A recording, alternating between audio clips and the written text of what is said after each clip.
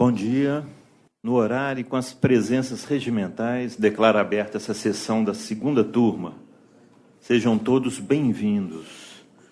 De início, submeto à turma a apreciação da ata da sessão anterior. Não havendo qualquer impugnação, considero-a aprovada. A senhora secretária para o pregão dos processos, seguindo a ordem regimental.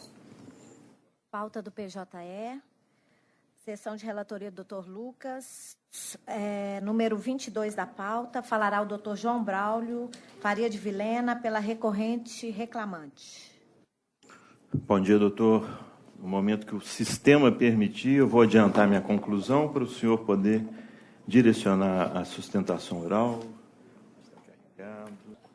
A minha proposta de voto, a conclusão dela, que eu conheço dos recursos, no mérito, acolho a arguição de ilegitimidade ativa da Federação dos Trabalhadores na indústria da construção e do mobiliário, extinguindo o feito sem resolução do mérito, ficando prejudicado o exame dos demais itens constantes dos recursos das reclamadas e o recurso do reclamante. Reduz o valor da condenação para R$ 32 mil, valor arbitrado, a causa na inicial e as custas processuais para R$ 640. O senhor tem a palavra, doutor. Muito obrigado, senhor presidente. Bom dia. Bom dia aos demais desembargadores. Bom dia, ilustres representantes do Ministério Público, secretárias, colegas presentes. É um caso que vem sendo recorrente aqui no tribunal. E essa turma aqui, há 15 dias atrás, julgou um caso idêntico a este aqui. Relatora desembargadora Maristela Malheiros. Até o doutor João Bosco veio aqui para desempatar, para compor a turma. Sim. E o voto dele era nesse sentido. Só que a turma já tinha julgado essa matéria e tinha mandado o outro processo de volta para a vara de origem, afastada a legitimidade de parte. O que conhecemos aqui é que há sempre dois fundamentos utilizados por algumas turmas, principalmente a nona turma, de que não se trataria de direitos homogêneos. E um ou outro fundamento é de que estaria a federação buscando a isonomia salarial e reivindicando direitos que estão contidos num outro instrumento coletivo, que é do Sindeletro. E aí afirmam que seria, então, o Sindeletro o representante dos empregados das empresas. No primeiro aspecto, trata-se, evidentemente, nós citamos aqui inúmeros acordos, da qual a federação ou seus sindicatos filiados, do Colente-ST, reformando acórdons aqui do regional, dizendo que, efetivamente, o artigo 8º, inciso 3º da Constituição, confere a legitimidade ampla e que os direitos tratados aqui na demanda, efetivamente, são homogêneos, tutelados pela presente ação e que goza o ente sindical da legitimação para o processo. Quanto ao outro fundamento, já que eu não conheço o voto até então, nós não pedimos aqui a alteração de categoria. Nós não estamos pedindo alteração para virar eliticitários, até porque não podemos virar eliticitários. Nós vamos continuar os substituídos, empregados das empreiteiras, que vincula a atividade econômica respectiva. Ou seja, se eu negar aqui a legitimidade desses funcionários, ou seja, não se pretende aqui alteração na forma do artigo 511, 513 e 581, os empregados vão ficar no limbo, porque eles nunca vão ser representados pelo Sindeletro. Por que que não? Porque eles nunca vão se tornar eliticitários. Eles só vão se tornar eliticitários se algum dia cada um deles prestarem concurso público e forem admitidos na CEMIG. mas nunca, de forma alguma, eles virarão o quê? Categoria vinculada ao Sindeletro. E penso aqui, se eu declaro a federação parte legítima, como eles poderão reivindicar, sem sofrer retaliação, o mesmo pleito que se faz aqui na presente ação? Individualmente? Só se for com contrato rescindido. Vossa Excelências bem sabe que nenhum empregado que não gosta de estabilidade entra na Justiça do Trabalho com o contrato em vigor. Então, com essas breves considerações, pede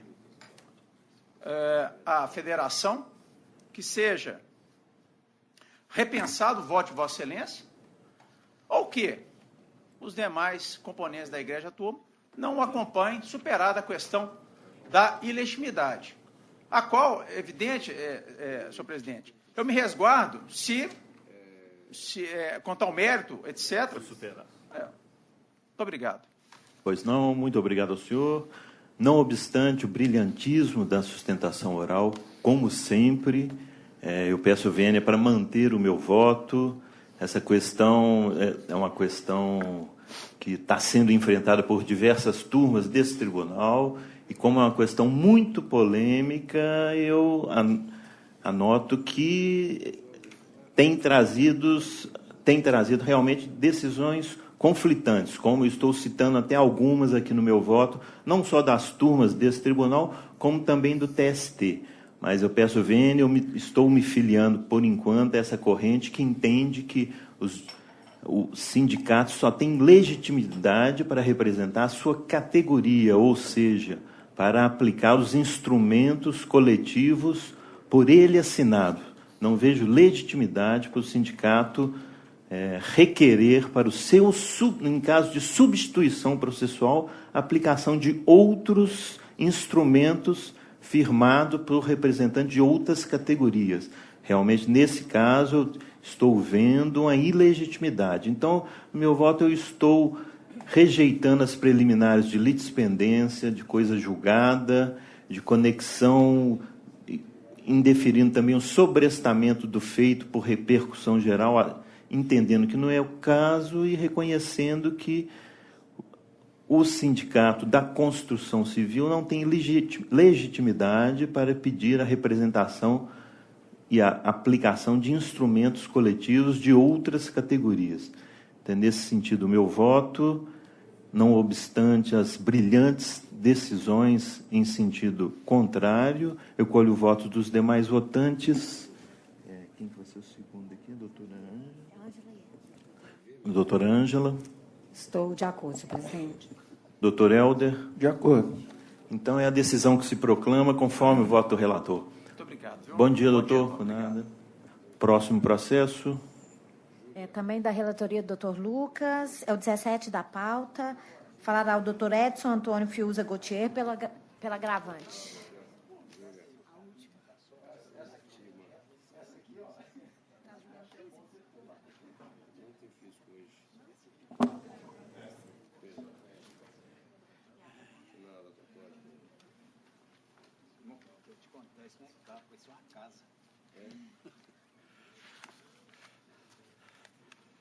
Bom dia, doutor. Bom dia, excelência.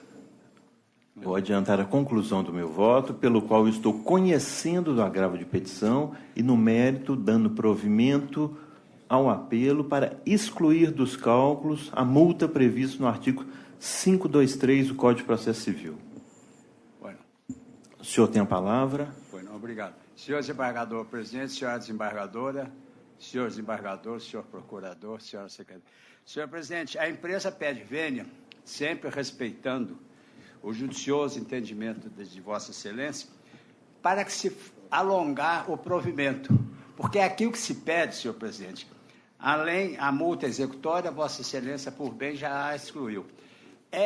A empresa está, no momento, passando por dificuldade. E ela requer que seja aplicado o artigo 916 do Código de Processo Civil. Evidentemente que, no caso o autor não concordou com o parcelamento. Mas a empresa, por outro lado, insiste em quê? Que dentro da parcimônia do juiz, do magistrado, que conhece, sabe muito bem as dificuldades pelas quais atravessam vários segmentos da nossa economia, que o débito seja parcelado, de acordo com a previsão contida no artigo 916. E a proposta da empresa foi aquela apresentada, a liberação do depósito recursal, o pagamento de um valor e o restante parcelado. É isso que insiste a empresa, para que possa continuar perseguir o caminho da sua produção industrial. Então, espera-se, pois, que seja alongado o provimento. É o que se espera e muito obrigado. Pois não, doutor. Eu peço vênia para manter meu voto como proposto. Realmente é o caso de provimento para expungir da condenação a multa do artigo 523 do CPC. Eu entendo que a execução do processo trabalhista está regulamentada na CLT, que não traz qualquer norma sobre parcelamento do pagamento. Por isso, eu não vejo uma lacuna legislativa em que poderia ser aplicados os artigos do Código de Processo Civil na matéria em questão, especificamente o artigo 916, que prevê esse parcelamento desejado pela executada. Mas, como bem colocado da tribuna, a outra parte já foi ouvida e manifestou o seu inconformismo com esse pedido,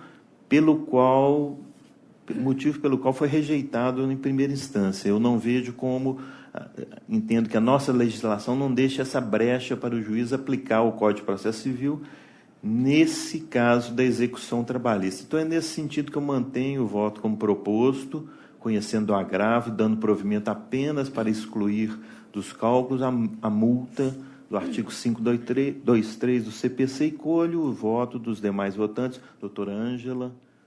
Senhor presidente, a leitura que eu faço do artigo 906 do CPC é a mesma de Vossa Excelência e eu estou inteiramente de acordo com o voto. Doutor Helder. Senhor presidente, eu até entendo data vênia que pode ser parcelado, mas o reclamante tem que concordar. E é possível o juiz até deferir o parcelamento, independentemente da concordância ou não do reclamante, quando, principalmente, o valor entendo eu, como alto. Então, no caso aqui, eu estava até vendo, o valor não é tão assim alto, gira em torno de 46 mil. Eu acho que, então, que a empresa, aí sim eu aplicaria essa concordância, a possibilidade da concordância. Se ele não concordou, então eu acompanho Vossa Excelência com essa ressalva. O meu entendimento também é esse. Havendo a concordância, essa questão ficaria superada, né? Eu acho que todos entendemos desse jeito, né? Ok. Então, doutor Edson, a decisão que se proclama é conforme o voto do relator. Bom dia, obrigado, presidente. Bom dia, senhor. Bom dia, obrigado. Próximo processo. Continuando na relatoria, doutor Lucas, o número 36 da pauta, falará o doutor Elias Nigem Neto pela recorrida. Bom dia, doutor Elias. Bom dia, excelência.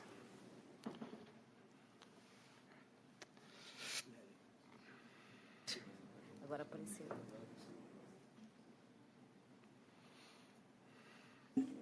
36. Nesse caso, o senhor está falando pela recorrida. Sim, Tá. sim, excelência. A minha proposta de voto, eu estou conhecendo do recurso e, no mérito, negando provimento ao apelo. O senhor gostaria de apresentar a sustentação agora ou aguardaria um voto divergente? Excelência, bom dia primeiro a todos. Bom dia. Os integrantes. Eu gostaria de verificar se os votos dos demais membros dessa egrégia turma forem coincidência com o de Vossa Excelência. Se houver alguma divergência, a fineza de me retornar a palavra. Pois não. Doutora Ângela. Estou de acordo, senhor presidente. Doutor Helder. De acordo. Então, é a decisão que se proclama conforme o voto do relator, doutor. Bom dia. Bom dia. Próximo processo.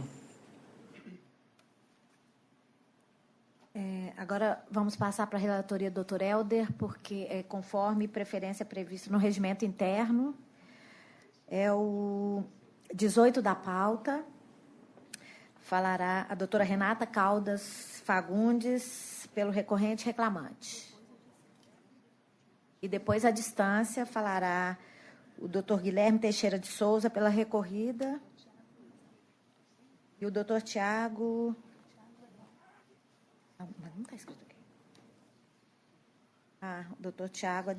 Desculpa, o doutor Tiago Luiz da Cunha, pela reclamada, falará à distância. Presencial, nós temos quantas? Só a doutora Renata Caldas. Só a doutora Renata, né? Ela é pelo recorrente. Ouro é de Varginha. Não, aqui.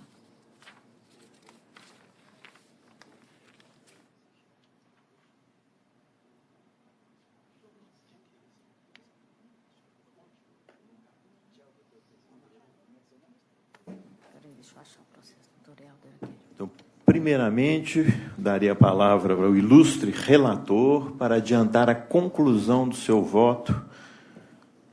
Doutor Helder. Senhor presidente, antes de mais nada, eu acuso o recebimento de memorial pelo reclamante e, a respeito da conclusão, estou conhecendo de todos os recursos, ordinário e adesivo, e, no mérito, estou negando-lhes provimento. Primeiramente, eu passo a palavra para a doutora Renata, que fala pela recorrente reclamante. Bom dia, doutora.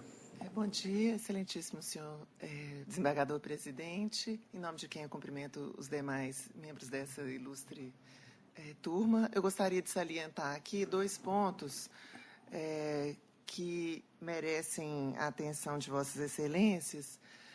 Um, no que diz respeito à responsabilidade subsidiária, porque as empresas tomadoras, segunda, terceira e quarta reclamadas, usufruíram da prestação de serviço do autor durante todo o pacto laboral. Então, na sentença de origem, o juiz manifesta que, por não haver a individualização do tempo de cada reclamada, não seria possível essa condenação, mas o tempo foi todo a duração do pacto laboral. A prestação foi com habitualidade para estas tomadoras, e eu saliento que elas faziam um certo controle na medida em que são cargas de um valor importante e elas até por vezes pediam que fosse feito um acompanhamento de segurança em determinadas cargas, traziam questões de como que o andamento do trabalho deveria ser feito justamente para que essa carga chegasse ao destino. Ele fazia o trecho entre Varginha e o Porto de Santos com a segurança esperada pelo tomador de serviço. Então, me parece que seria o caso bem descrito na súmula 331 do TST, em que o fato de haver essa habitualidade com que o serviço, não obstante se tratar de transporte, ser atividade meio, era totalmente essencial para a conclusão da atividade pretendida pelas reclamadas. Então, o reclamante insiste nessa questão da subsidiariedade. Claro que não é responsabilidade solidária, não tem nenhuma discussão de vínculo, mas por ter usufruído do serviço, que ela se responsabilize pelo pagamento. Um outro ponto também que me pareceu claro na prova dos autos é a questão do vira. O juiz de primeiro grau, ele determinou o tempo de trabalho, levando em conta as viagens, a duração do tempo de direção de Varginha até Santos e o retorno. E tem uma prova nos autos, na ata de audiência, tanto a testemunha do autor quanto a testemunha do réu, diz que quando eles estão lá no Porto de Santos, o tempo não é só de espera, eles dirigem lá transportando containers numa prática denominada vira, conhecido por eles. O reclamante, em seu depoimento, disse que fazia o vira e as 2 testemunhas ouvidas também disseram que faziam o vira. Quando estavam em Santos, então, eles não estavam o tempo todo em carga, descarga, espera, eles estavam dirigindo transportando containers numa faixa de 10 quilômetros de distância do local. Faziam esse trabalho e que isso não estava, não foi considerado para fins da jornada, porque a jornada o juiz levou em consideração o tempo de direção de ida e volta Varginha-Santos. Nós, num processo idêntico de um outro reclamante, a primeira turma desse tribunal reconheceu e acresceu ao tempo, às jornadas fixadas, 2 horas extras, né, porque havia extrapolação da jornada. Então, essas 2 horas que foi o tempo de trabalho lá enquanto ele estava no Porto de Santos. E, na ida, ele fazia Varginha-Santos, quando estava lá e não tinha já carga, ele fazia o vira, e também na volta, porque ele dormia lá, no dia seguinte começava a jornada e fazia isso até que tivesse condições do caminhão tá carregado e ele voltar. Então, o que se requer é o deferimento dessas 2 horas, que foi muito claro no depoimento das testemunhas, como hora extra acrescido à jornada. Muito obrigada. Por nada. Pergunta ao foro de Varginha, como temos uma sustentação à distância, se o doutor Guilherme... Tiago Luiz da Cunha. Se o doutor Tiago Luiz da Cunha nos ouve. Bom dia, excelência. Estou ouvindo perfeitamente. Pois não, doutor Tiago. Então, estou concedendo a palavra ao senhor para a sustentação. Bom dia a todos os presentes.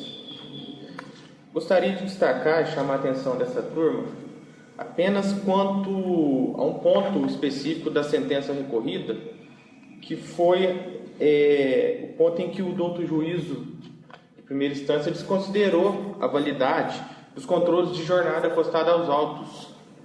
Contudo, excelência, analisando-se os depoimentos colhidos em audiência, verifica-se que a testemunha ouvida a rogo da empresa e também ouvida a rogo do reclamante foram unânimes em afirmar que toda a jornada praticada era registrada nos relatórios de jornada, excelência, que nos computadores de bordo. Inclusive, a respeito do vira, dos denominados viras citados pela colega, a testemunha Elias Pereira foi bem clara no seu depoimento ao afirmar que os viras também eram computados na jornada de trabalho e remunerados como horas de direção, excelência. Então, é só essa questão que eu gostaria de destacar e chamar a atenção de vossas excelências. Obrigado. Pois não, doutor, muito obrigado. Passa a palavra ao ilustre relator, doutor Helder. Senhor presidente, antes de mais nada, a respeito da terceirização, na própria inicial entra ação contra 4 empresas. Ou seja, entra contra a empregadora Nova Safra e também contra as outras empresas, Philips do Brasil, Café Três Corações e CNH Latinoamérica. Ou seja, isso demonstra que a terceirização era possível e não existia pessoalidade em relação ao reclamante. Ele trabalhava, ele dirigia o caminhão que estivesse lá, independentemente do tomador, que seria do serviço. Eu não vejo nesses casos, eu tenho sustentado isso em alguns votos, no caso de transporte, de indústrias e tudo mais, eu considero lícita a terceirização e não considero a responsabilidade. Eu acho que é um contrato de natureza comercial que desmonta a aplicação, que impede, né, a aplicação da súmula 331 do TST. A respeito das horas extras, aí esse caso é complexo. Mais um. A empresa mantém controle de jornada. Aí o reclamante fez impugnação, falou que não obedece à realidade dos fatos, e o juiz considerou isso. Realmente, eu vou partir, então, do princípio de que não vou considerar como reais os controles de ponta, os controles de jornada da empresa. Aí o que ele fez? Ele apurou com base no que foi falado pelas testemunhas que o reclamante não fazia hora extra, nas 2, 3 viagens que ele fazia na semana. Ou seja, o que fazer nesse caso? Eu estou prestigiando o que o juiz entendeu lá, ele colheu a prova, o princípio da imediação, ele que escutou as testemunhas, a questão do vira também. Ele considerou a jornada integral e o tempo de espera, que ele até deferiu esse tempo de espera, É isso, senhor presidente. Eu não vejo por que mudar, porque se mudar o que o reclamante está pretendendo, aí eu tenho que aplicar os controles de jornada. Se eu aplicar o controle de jornada da empresa, o reclamante não recebe nada, porque uma coisa aqui elimina a outra. Por isso que eu estou querendo e estou adotando e confirmando o que o juiz de primeira instância fez. Ele rejeitou os controles, mas, diante das alegações das testemunhas, ele estipulou a jornada de trabalho do reclamante. Vendo isso, ele não ultrapassa as 44 horas semanais. Por isso, senhor presidente, é um caso muito bacana, interessante, mais um que envolve motorista de caminhão e tudo mais, por isso eu mantenho meu voto, apesar do brilhantismo das sustentações e também do memorial que recebi. É assim que voto, senhor presidente. Pois não, colho o voto do doutor Antônio Carlos. Sem divergência, senhor presidente, de acordo com o voto lançado pelo relator. Eu também voto como terceiro votante, acompanhando o voto relator. Ressalto também que recebi um memorial muito objetivo, muito bem escrito pela doutora, e acompanho, mas peço Vênia para acompanhar as razões apresentadas pelo relator, entendendo também com ele que o polo passivo da demanda já demonstra que não havia uma prestação de serviço subordinada com as empresas pelas quais se bate aqui pela responsabilidade subsidiária, né? Uma era a Philips do Brasil, a outra Café Três Corações, a outra CNH Leite na América, o que demonstra que a prestação de serviço era um serviço de transporte normalmente prestado por essas empresas, que eu não vejo como entendê-lo como parte essencial da prestação de serviço dessas empresas. Como colocado da tribuna também, era uma atividade que poderia ser terceirizada. Nesse caso também, eu não vi a subordinação direta do reclamante com essas empresas. Então, por esse motivo, acompanho o voto do relator e, então, é a decisão que se proclama conforme o voto do relator. Bom dia, doutora. Bom dia, Varginha também. Vamos passar para o pregão do próximo processo. Por nada, doutor. Quando sai aqui.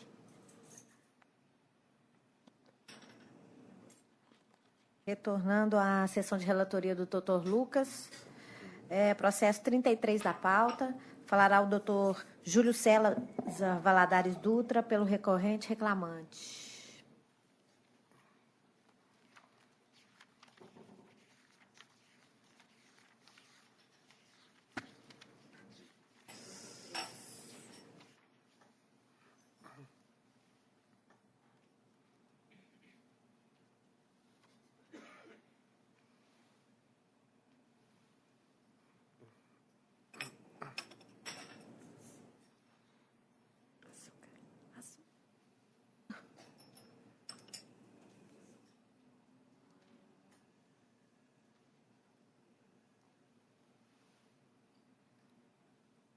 Bom dia, doutor Júlio. Bom dia. Eu vou apresentar a conclusão do meu voto, que seria da minha proposta de voto. Eu estou conhecendo dos recursos, no mérito estou dando provimento ao apelo da reclamada para absolvê-la da condenação ao pagamento da gratificação de quebra de caixa e seus reflexos e honorários assistenciais, julgando improcedentes os pedidos iniciais, invertendo os ônus da sucumbência. Conceda a palavra ao senhor. Bom dia. Bom dia. No caso em tela, eu venho requerer que a proposta de voto do ilustre relator não seja acompanhada pelos demais pares. Conforme bem demonstrado nos autos e ressaltado na sentença proferida, a Caixa União Federal existe uma normativa, a RH 053, que distingue a gratificação de função paga aos caixas, que remunera a maior responsabilidade da função, e a quebra de caixa, que não é uma gratificação de função. É uma parcela distinta que remunera aquelas eventuais diferenças que pode haver ao final do dia no caixa. Peço vênia para relatar o que dispõe essa RH 053, juntada nos autos e citada e transcrita, inclusive, na sentença proferida pelo juízo de origem. Em seu item 8, dispõe da remuneração. 8.1. A remuneração mensal do empregado da Caixa, paga pela Caixa como cômputo da prestação de serviço, poderá compreender as seguintes parcelas. 8.1.1. Salário padrão. 8.1.2. Função de confiança. 8.2. O empregado, quando designado para exercício de cargo em comissão, perceberá, além do salário padrão, os seguintes adicionais. 8.2.1. Gratificação pelo exercício de cargo de comissão. 8.3. Outra parcela salarial. Em situações especiais, a remuneração do empregado poderá ser acrescida as seguintes parcelas: complemento do salário padrão, adicional de salubridade, adicional de periculosidade, adicional noturno, adicional de sobreaviso, adicional de prontidão, adicional de serviço extraordinário, adicional de transferência. Por fim, 8.4. Outra parcela totalmente distinta da gratificação de função percebida pelo empregado conforme a RH da própria Caixa Econômica Federal. O empregado, quando no exercício das atividades inerentes à quebra de caixa, perceberá o valor adicional específico a esse título. Ora, o Caixa exerce atividades inerentes à quebra de caixa, razão pela qual, além da gratificação de função paga e disposta no item 8.2 da RH 053 da Caixa Econômica Federal, ele também tem direito à remuneração, a parcela paga através do item 8.4 da referida RH. O próprio juízo de origem dispõe: interpretação outra não há que não seja de a previsão do item 8.2 referente à gratificação comissionada, não esteja óbvia a aplicação do item 8.4 referente à quebra de caixa, aqueles que, no exercício da função, exercem o labor com numerário. Ora, são duas parcelas distintas. Essa egrégia turma, inclusive em outros julgados, inclusive o doutor Jales, já entendeu pelo pagamento referido da quebra de caixa. O próprio TST, em vários julgados, inclusive citados ao longo do processo, deixa claro que o empregado da Caixa Econômica Federal, além da gratificação de função, tem o direito a perceber a verba quebra de caixa contida no item 8.4 da RH 053, vez que tal gratificação, tal parcela, é distinta da gratificação pelo exercício da função de caixa. Uma coisa é a parcela disposta no item 8.2, outra coisa é a parcela disposta no item 8.4, razão pela qual vem requerer que seja negado provimento ao apelo da reclamada, seja provido o apelo da autora quanto aos reflexos pleiteados, razão pela qual requer o provimento. Muito obrigado, doutor. A questão é bem polêmica, existindo decisões em sentidos contrários, não só na turma, como no âmbito do tribunal e no âmbito do TST. Eu peço vênia para manter a minha posição, manter o meu voto como proposto, não obstante as brilhantes posições em contrário, mas entendendo que as normas regulamentares da Caixa indicam que não mais que a Caixa não adota mais uma gratificação que remunera a função de caixa e outra destinada ao ressarcimento de eventuais quebra de caixa. Entendi que a gratificação de caixa já engloba eventuais quebras de caixa e, portanto, o reclamante recebendo essa gratificação não teria direito a outra. Cito alguns precedentes dessa turma e me baseio principalmente nas disposições dos instrumentos normativos pactuados pelas categorias, dos economiários com a Caixa. Segundo as cláusulas 11ª e 12ª das normas coletivas, há o pagamento de gratificação de função e gratificação de caixa. A norma distingue essas duas gratificações e expressamente veda o pagamento cumulativo dessas gratificações. Nesse caso, estou citando, inclusive, no ID 1835293, essa norma em questão. Então, como o reclamante sempre recebeu a gratificação de exercício da função comissionada de caixa e também de tesoureiro, já compreende essas gratificações, o ressarcimento por uma eventual quebra de caixa. É nesse sentido que o meu voto é dando provimento ao apelo. Eu colho o voto dos demais votantes. Doutora Ângela. Senhor presidente, eu, respeitosamente, eu divirjo nesse caso. Como o senhor já ressaltou, é uma questão que é muito discutida, né? São vários os casos, e eu, pessoalmente, eu não vejo uma vedação a essa acumulação. Do meu ponto de vista, cada uma das gratificações tem uma finalidade. Então, eu divirjo nesse aspecto, entendendo que é possível receber as duas e que daria provimento nesse aspecto. Negaria provimento, mantendo a sentença, né? Então, colho o voto do terceiro votante. Doutor Helder. Senhor presidente, data vênia também, eu vou acompanhar a divergência, porque foi assim que eu votei no processo 11.547/24/2016. Então, eu negaria provimento ao recurso da Caixa e daria provimento ao recurso do reclamante para deferir os reflexos dessa gratificação quebra de caixa em APIP. Data vênia.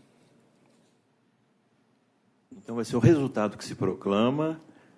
Foi negado provimento ao recurso da Caixa e dado provimento ao recurso do reclamante, concedendo ao reclamante também os reflexos da quebra de caixa em APIP. Por maioria, vencido o relator. Doutora Ângela ficaria como redatora, a segunda proferindo o voto de divergência que prevaleceu. Então, doutora Ângela como redatora. É o resultado que se proclama. Bom dia, doutor. Obrigado pela atenção. Bom dia a todos. Bom trabalho. O senhor também. Próximo processo. É o vice-senador.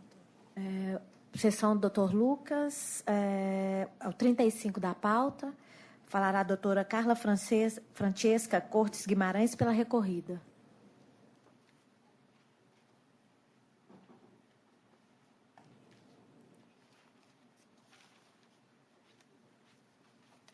Bom dia, presidente. Bom dia a todos presentes. Bom dia, doutora.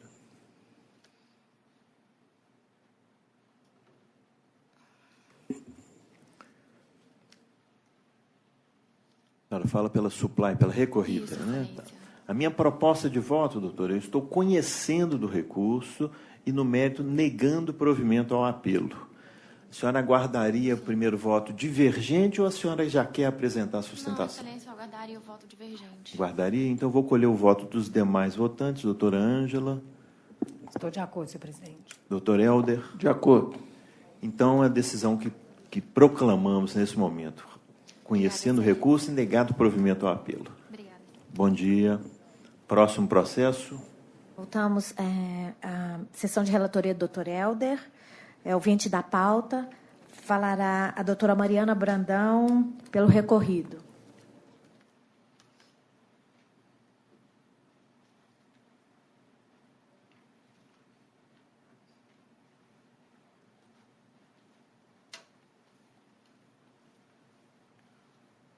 Bom dia. Bom dia, doutora.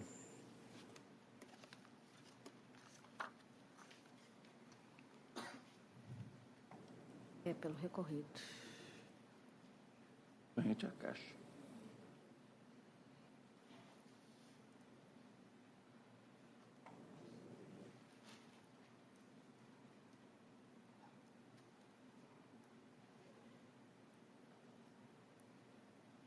Então, com a palavra, o ilustre relator para adiantar a conclusão do seu voto. Senhor presidente, eu não estou conhecendo recurso ordinário intentado pela Caixa Econômica Federal por deserto. Só para registrar, porque no processo consta uma guia interna, né, chamada DLE, um documento de lançamento de evento, um débito do jurídico, mas não tem comprovação nenhuma que, com esse dinheiro que foi sacado, teriam sido feitos os pagamentos das custas processuais e realizados após a execução, que são feitos naquelas guias próprias GRU e GFIP. Por isso, eu não estou conhecendo o recurso por deserto. A senhora está falando pelo recorrido? Sim. Sim. Aguardaria a primeira divergência para sustentar, doutora? Sim, por favor. Doutora Helder. Doutor Antônio Carlos. Eu também não estou conhecendo o recurso, por entender do deserto, nos termos da divergência já lançada pela doutora Maristela. Não conheço. Acompanho o relator. Eu também, como terceiro votante, não estou conhecendo o recurso, acompanhando o voto do relator. Então, é a decisão que se proclama. Ótimo, obrigada. Bom dia. Bom dia, doutora. Próximo processo. Também de relatoria do doutor Helder, é o 19 da pauta. Falará o doutor Felipe Barbosa Freitas, pelo recorrente reclamante.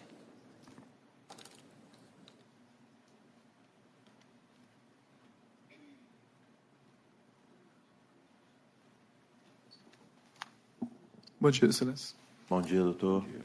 O senhor relator, para adiantar a conclusão do seu voto.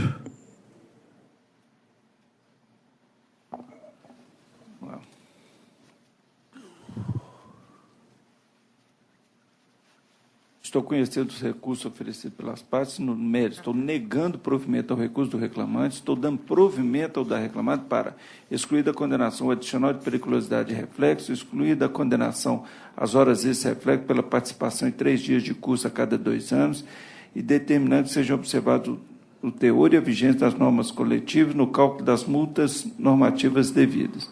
Estou reduzindo o valor da condenação para R$ 5.000 e das custas processuais para R$ 100, podendo a reclamada requerer a devolução naquela forma administrativa do nosso egrégio tribunal.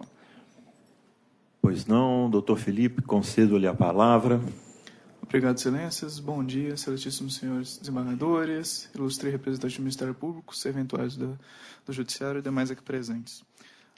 O caso, especificamente, eu vou balizar a sustentação quanto à reversão da justa causa indevidamente aplicada ao meu cliente reclamante, recorrente, no caso, uma vez que do conjunto probatório dos autos, verifica-se que, com base na atração do ônus da prova para a empresa ora recorrida, com relação à comprovação da justa causa aplicada, da regularidade, legalidade da medida imposta ao obreiro, verifica-se que a mesma não comprovou, em momento algum, os requisitos para tal aplicação da referida penalidade, o que é de extrema gravidade, com base no tempo de serviço que o obreiro esteve na empresa, são quase 10 anos de trabalho.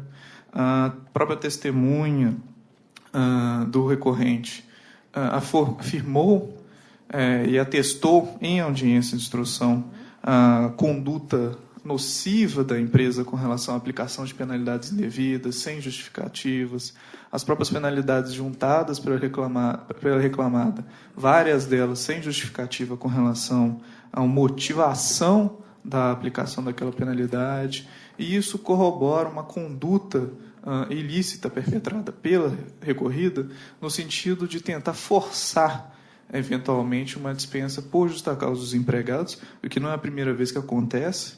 Inclusive, peço vênia em que pese estar nas razões do recurso do recorrente, peço vênia para mencionar o trecho principal do testemunho ouvido a rogo do reclamante, no sentido de que ele afirma, assevera cabalmente que constitui hábito da empresa aplicar penalidades sem motivação, sendo que o depoente já recebeu 3 destas, e isso acontece mais com quem tem mais tempo de casa. Ficou sabendo da dispensa do reclamante através do porteiro e outro vigilante. Ou seja, corrobora a tese obreira de que a aplicação da justa causa não só foi indevida pelos fatos em si, mas a empresa já vinha tentando calçar uma dispensa motivada, sendo que não havia motivação prévia para isso.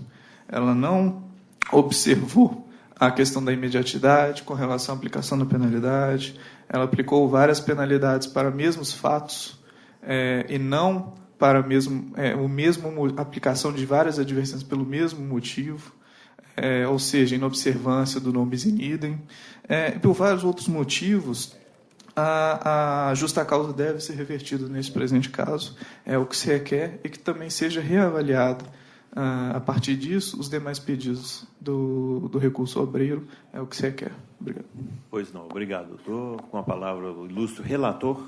Senhor presidente, é verdade o que o ilustre advogado disse da tribuna, o reclamante foi contratado em agosto de 2005. Só que, a partir de agosto de 2015, ele passou a ter faltas reiteradas e a empresa vem o punindo de forma reiterada, com advertências e suspensões, exatamente para ele parar de praticar essas faltas que ele está cometendo. Quais seriam? Ele é vigilante armado, ele dormia em serviço, se ausentava do posto de serviço sem comunicar aos demais empregados, e, além disso, ficava utilizando o computador da empresa Indumil, onde ele trabalhava, para fins particulares.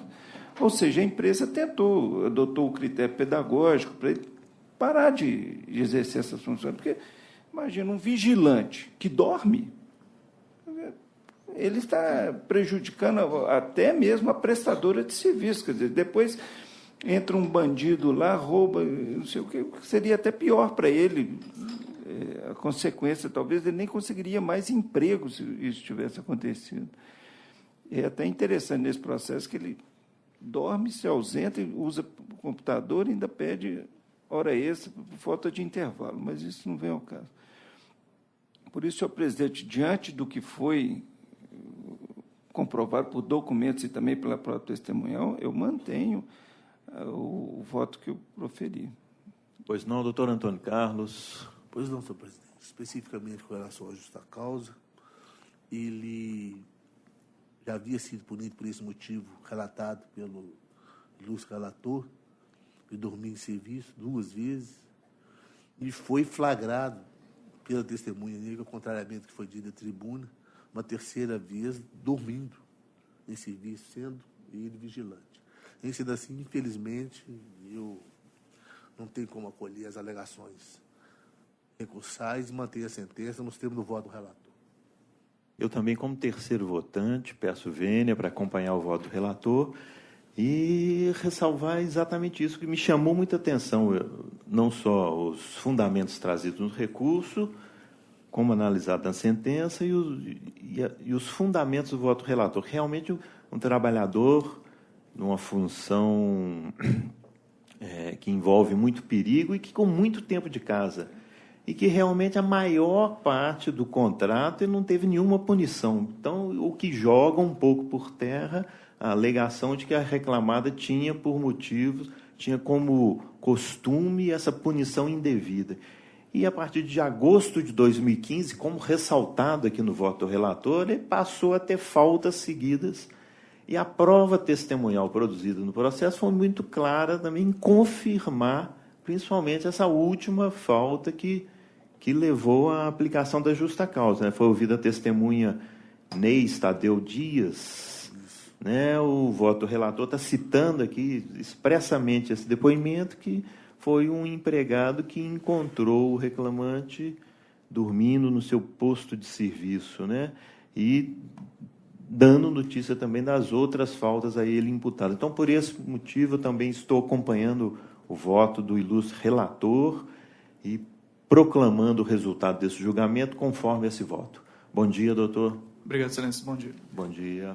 Próximo processo. Ainda continuando na sessão de relatoria do doutor Helder, processo 11 da pauta, falará o doutor Vinícius Nascimento Miranda, pelo recorrente reclamante.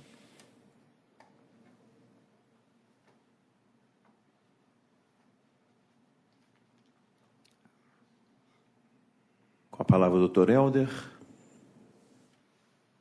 São aqueles casos da Caixa, de concurso. Eu estou conhecendo os recursos, estou negando o provimento ao apelo do reclamante, estou rejeitando as preliminares do recurso da reclamada, e no mais estou dando provimento parcial apenas para afastar a tutela antecipada concedida pelo juiz de origem. Bom dia, doutor. O senhor tem a palavra. Bom dia, excelência. Gostaria de, primeiro, dizer que está tramitando no gabinete do doutor Oswaldo Tadeu Barbosa Guedes, da 5ª turma, um incidente de uniformização de jurisprudência quanto ao mérito dessa questão, que acredito ser essencial para que todo o tribunal passe a decidir de maneira equânime uma questão que, principalmente com relação ao polo específico de Belo Horizonte, é basicamente idêntica que envolvem centenas de reclamados e que têm tido tratamento diferenciado dentro das turmas deste nobre tribunal. Isso causa uma enorme insegurança jurídica, dado que pessoas, às vezes mais bem classificadas, às vezes piores classificadas, às vezes as melhores classificadas são afastadas do emprego e as piores classificadas têm o trânsito julgado a seu favor, ou algo nesse sentido. Enfim, gostaria de fazer essa manifestação e até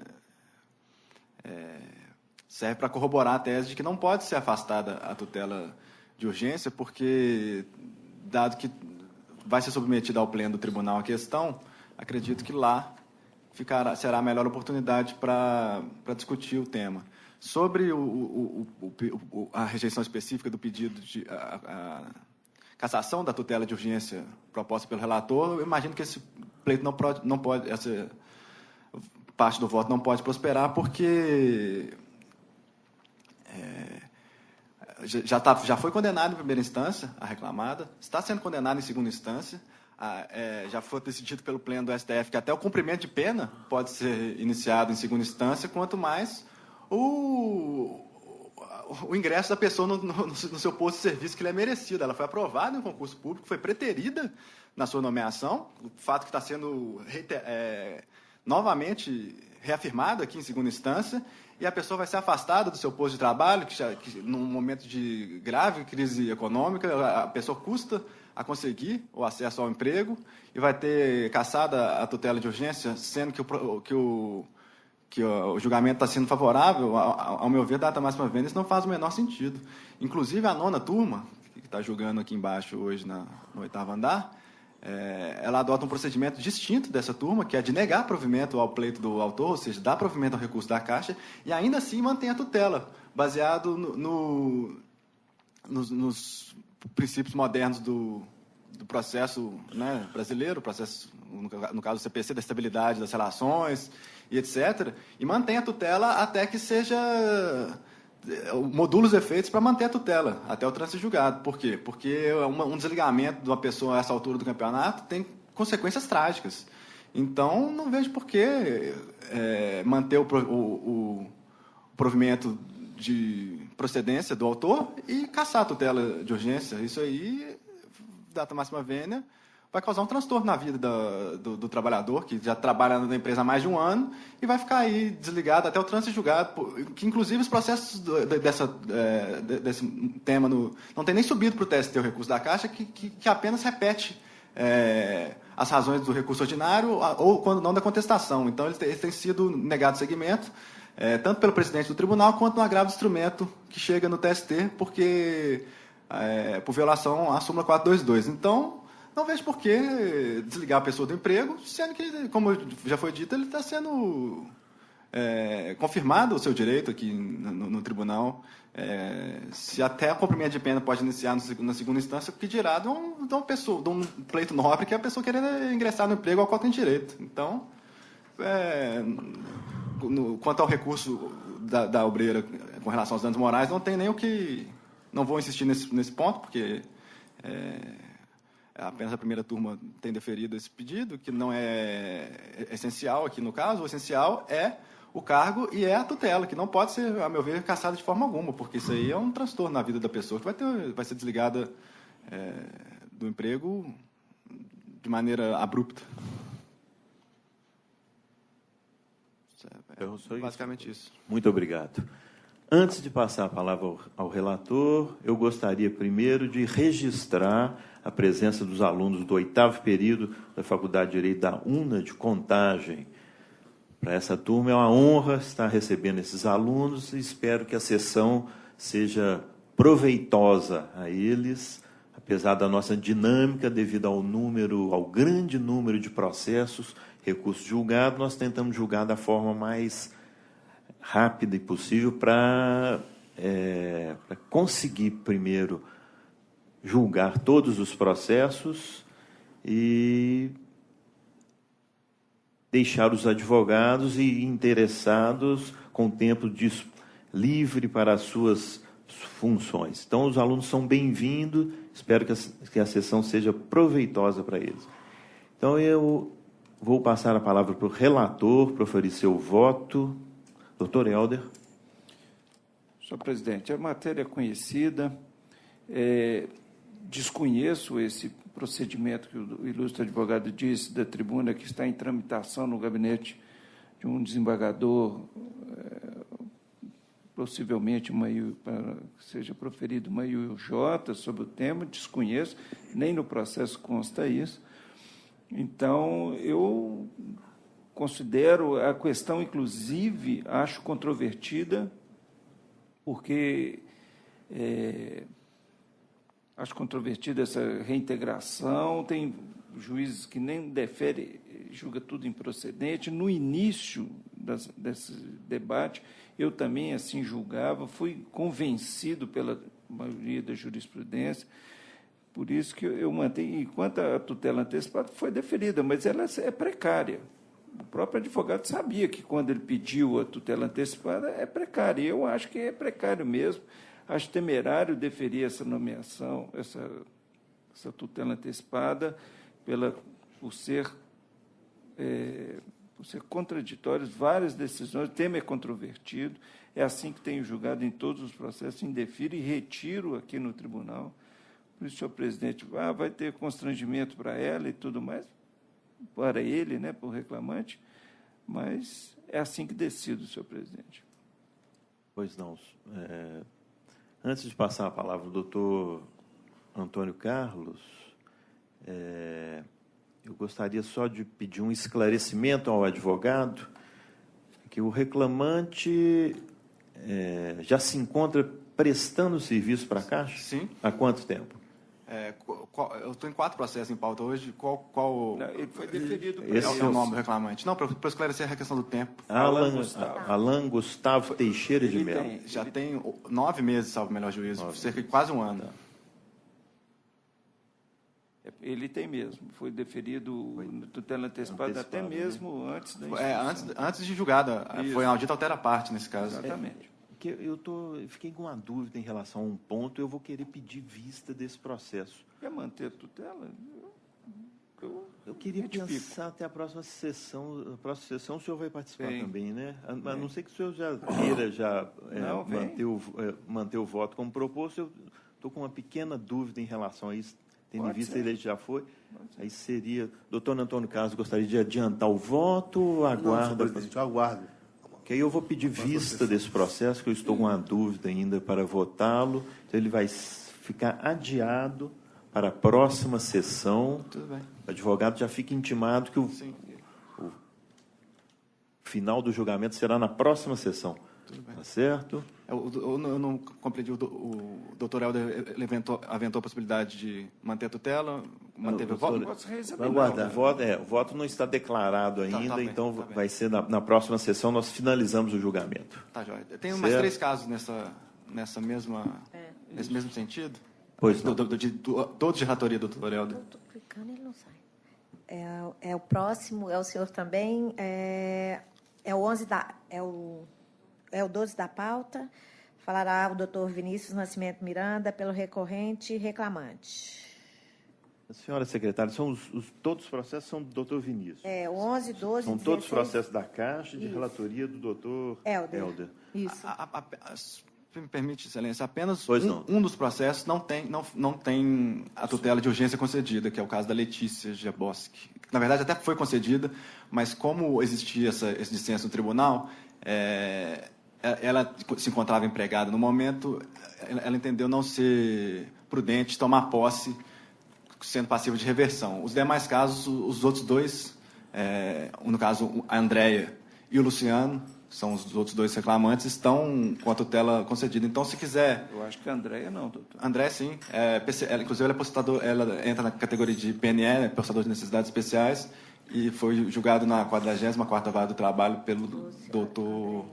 Mas esse eu estou negando provimento. Esse aí eu não estou tirando tutela nenhuma, não. Negando provimento ao recurso? A ambos. Então, tudo bem. Então, da Andréia. Vamos fazer o pregão de cada processo mesmo. Tá. Achei que nós poderíamos fazer um julgamento em conjunto, mas é mais fácil. Então, tá. Então, o próximo é o 12 da pauta. Falará o doutor Vinícius Nascimento Miranda pela recorrente reclamante. 12. Com a palavra o relator. Eu estou conhecendo e negando provimento a todos os recursos. Estou mantendo.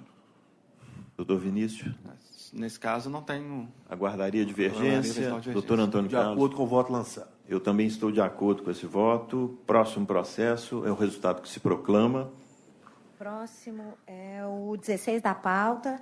Falará o doutor Vinícius Nascimento Miranda, pela recorrente reclamante. A Letícia Geboski.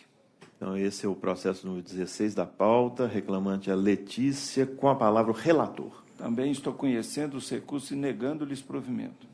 Doutor Vinícius. No caso, da mesma forma. No caso não tem a tutela de urgência, então não vou pleitear aqui, porque já que está sendo cassada eventualmente, não vai ser concedida. Então, eu não vou me estender, apenas aguardo divergência também. Pois não. Doutor Antônio Carlos. Acompanho. Eu também estou acompanhando o voto relator, então o resultado que se proclama. Próximo processo. Próximo é o 28 da pauta. Falará o doutor Vinícius Nascimento Miranda, pelo recorrido.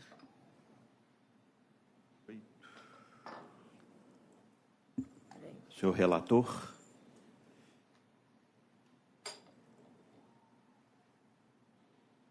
Esse caso aqui, aí tem que olhar, porque eu não conheço as contratações do reclamante nos pontos em que pretende nova análise das partes do pedido indeferidos na sentença, como antecipação dos efeitos da tutela e a indenização por danos morais, por inadequação da via processual eleita. Eu estou conhecendo o recurso ordinário da reclamante, estou rejeitando preliminares e, no mérito, estou negando-lhe provimento.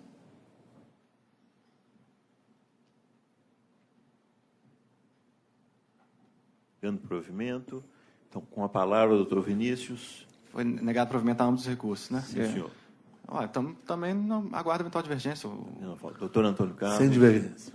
Eu também estou acompanhando o voto do relator, então o resultado que se proclama conforme o voto do relator. Tudo bem. Aí aquele primeiro do Alan fica adiado para a próxima sessão. Adiado para a próxima sessão. E o senhor já está intimado. Tudo bem. Ok? Agradeço, bom trabalho, Vossas Excelências, e um bom dia. Bom dia, doutor. Próximo processo.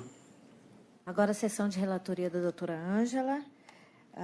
É o número 30 da pauta. Falará o doutor Bruno Martins Miranda de Assis, pelo recorrido.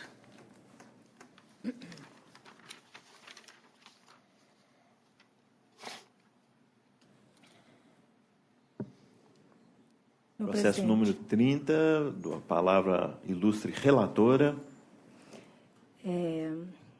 Eu vou ler a minha conclusão de voto, esclarecendo que eu estou acatando divergências que foram apresentadas para o relator, revisor e terceiro votante.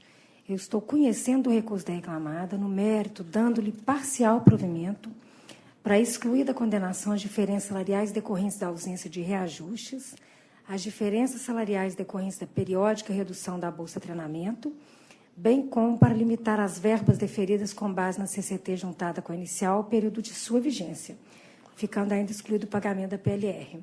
Fica mantido o valor arbitrado da condenação, porque ainda é compatível. Pois não. Bom dia, doutor. Bom dia. O senhor tem a palavra. Excelente senhor presidente, demais componentes da egrégia turma. Nesse caso, o recorrido destaca, no primeiro momento, que seja acompanhado o voto da ilustre relatora no tocante à manutenção da confissão aplicada à ré. E faz isso por entender que, no caso, essa análise aí traz uma simplicidade franciscana ao caso. Ou seja, o artigo 843 da CLT é claro. Preposto, o empregador pode, nomear um preposto para comparecer à audiência, mas nota-se claramente que ele deve ter conhecimento dos fatos. E pela simples leitura da ata, verifica-se que o preposto declarou expressamente não ter conhecimento dos fatos, ou seja, o recorrido pede vênia para a leitura rápida da ata que depoimento pessoal do preposto, que não tem ciência a respeito dos fatos controversos dos autos. E o douto juiz ainda teve a cautela de perguntar, né, se a preposta havia participado de outras audiências. E a resposta foi categórica no sentido que a preposta afirma que já participou de mais de 10 audiências representando a reclamada. Corroborando, né, a confissão, que por si só já deveria ser aplicado por essa declaração, não há em momento algum, e isso deve ficar claro, protestos quanto à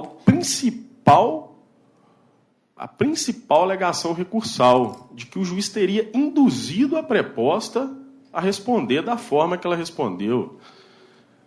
E aqui eu trago, inclusive, né, com a vasta experiência de todos aqui, dos nobres julgadores, inclusive, com vasta atuação em primeira instância, de que o princípio primordial do juiz é a imparcialidade. E o juiz que conduziu a audiência, ele fez a pergunta, e a resposta foi de que ela tem total desconhecimento dos fatos.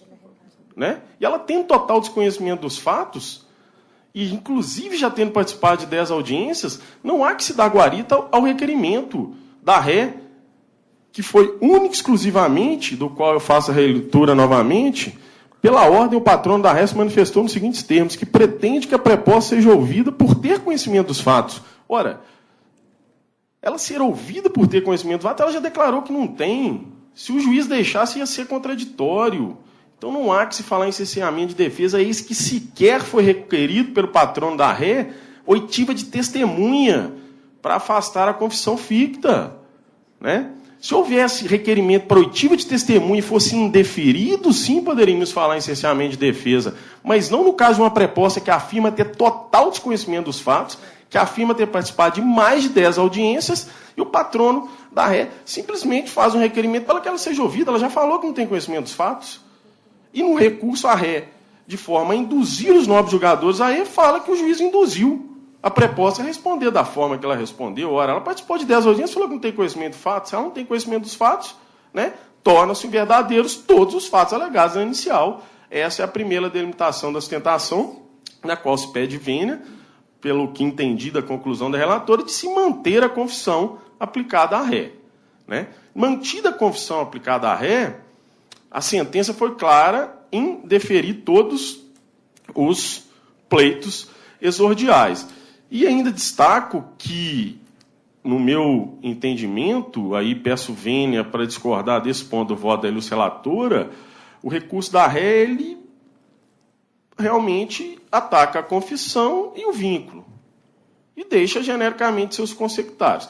E, nesse caso, torna-se diferente de todos os outros entendimentos já lavrados nessa douta turma, tendo em vista que resta confesso, né, pela preposta, pelo seu depoimento genérico, e resta comprovado pela documentação juntada aos autos de que a Bolsa Treno era um salário fixo, recebido pela reclamante, no sentido de que, se era um salário fixo, tendo-se natureza salarial, torna-se ilícita a sua redução.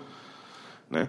E tendo em vista aí todas as situações confessas, sendo corroboradas com as provas documentais, inclusive manuais da ré, que comprovam subordinação, o próprio contrato fraudulento comprova a pessoalidade e os demais vínculos de emprego, assim como a agenda semanal juntada, né, logicamente corroborada pela confissão aplicada, a jornada extraordinária, sentido pelo qual o recorrido pede vênia para que seja acompanhado o voto da ilustre relatora, especialmente quanto à confissão aplicada, para que seja mantida aí na íntegra a sentença, discordando aí apenas com relação aos 2 tópicos reformados, especialmente a Bolsa Treno, é o que se requer. Obrigado. Pois não, ilustre relatora. Pois não, senhor presidente. Com relação à confissão, eu estou inteiramente de acordo com o que está sendo explanado pelo ilustre procurador. De fato, a preposta falou em audiência, que já participou de mais de 10 audiências, e falou que não tem ciência a respeito de fatos controversos nos autos. Não tem como eu dizer que não houve uma confissão nesse caso. virtude desta confissão, como posteriormente o senhor vai ter possibilidade de ler nas razões, nos fundamentos do meu voto, eu estou mantendo essa decisão quanto à existência de um vínculo empregatício e deferindo as verbas exilitórias. Mas a confissão não pode se sobrepor a uma questão documental que já estava nos autos. Então, com relação à CCT juntada, que é de 2014, há uma previsão de reajuste a partir de janeiro do referido ano, a incidir sobre o salário de janeiro de 2013. E o autor somente foi contratado em setembro de 2014, após a data mencionada na CCT. Este é um dos indeferimentos, dos deferimentos, aliás, né, do provimento dado ao recurso da reclamada. Quanto à PLR, a norma coletiva contempla somente os empregados que elaboraram em 2013, também não alcançando o reclamante. E quanto às diferenças salariais, há um contrato nos autos. E, mesmo havendo a confissão, é uma questão que a gente já teve a oportunidade de ver aqui várias vezes na Justiça, né? Tanto em primeira quanto em segunda instância, no sentido de que essa bolsa foi prevista lá no início do contrato, até para o período em que o obreiro ainda não está recebendo em função das contratações que ele consegue aí no mercado. E a previsão é expressa no sentido de que haveria uma redução aí especificada no tempo. Então, em virtude da previsão contratual expressa, que não me parece ser alcançada pela confissão ficta da preposta, transcorrido esse lapso temporal, o que foi ajustado foi observado. Então, eu não vejo nem alteração contratual lesiva, nem irredutibilidade salarial no caso. É o meu voto, senhor presidente. Pois não. Colho o voto do segundo votante. Doutor Helder. Inteiramente de acordo, senhor presidente. Doutor Antônio Carlos. Sim, senhor presidente. Estou de acordo, só com relação a essa parte da Bolsa, que é concedida no início aos vendedores, como relatado pela nobre relator, nós já tivemos esse caso diversas vezes na nossa mão, e a ideia, a ideologia por trás da concessão da Bolsa é a mesma. Por isso, nós votamos com a divergência que foi lançada na análise prévia. Até um tempo, até que o corretor se adeque e possa aferir comissões que, enfim, a sua remuneração efetivamente contratada. Por isso, eu estou de acordo com o voto lançado, feitas as adequações. Nada mais. Eu acho que essa questão da Bolsa é bem clara em todos os processos, em todos os casos que eu examinei também, isso ficou bem evidente. Até benéfico para ele. É benéfico a ele, porque ele é comissionista puro. Enquanto ele não adquire a estabilidade financeira, vai se pagando. No caso aqui, 4.500 por mês, vai diminuindo até no 24º. Para ele é benéfico. A questão é bem clara entre o que foi combinado entre as partes, o objetivo dela. Então, colhidos os votos de todos os votantes, é o resultado que se proclama conforme o voto da relatora. Bom dia, doutor. Ok, obrigado, bom dia a todos. Próximo processo. Ainda na sessão de relatoria da doutora Ângela, o quarto da pauta, falará o doutor Yuri Moreira Assis, pelo recorrente reclamado Banco do Brasil.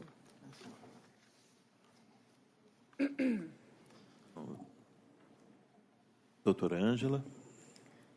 Senhor presidente, eu estou conhecendo do recurso reclamante, com exceção do pedido de diferenças de complementação de aposentadoria pela integração do auxílio alimentação em sua base de cálculo, por inobservância ao disposto do artigo 1010, 2 e 3 do Código de Processo Civil, e também não conhecendo os pedidos de integração salarial do auxílio alimentação e seus reflexos sobre férias, por se tratar de inovação recursal. No mérito, estou negando-lhe provimento. Também estou conhecendo do recurso do primeiro reclamado e, no mérito, rejeitada preliminar, também estou negando-lhe provimento. Bom dia, doutor Yuri. O senhor tem a palavra.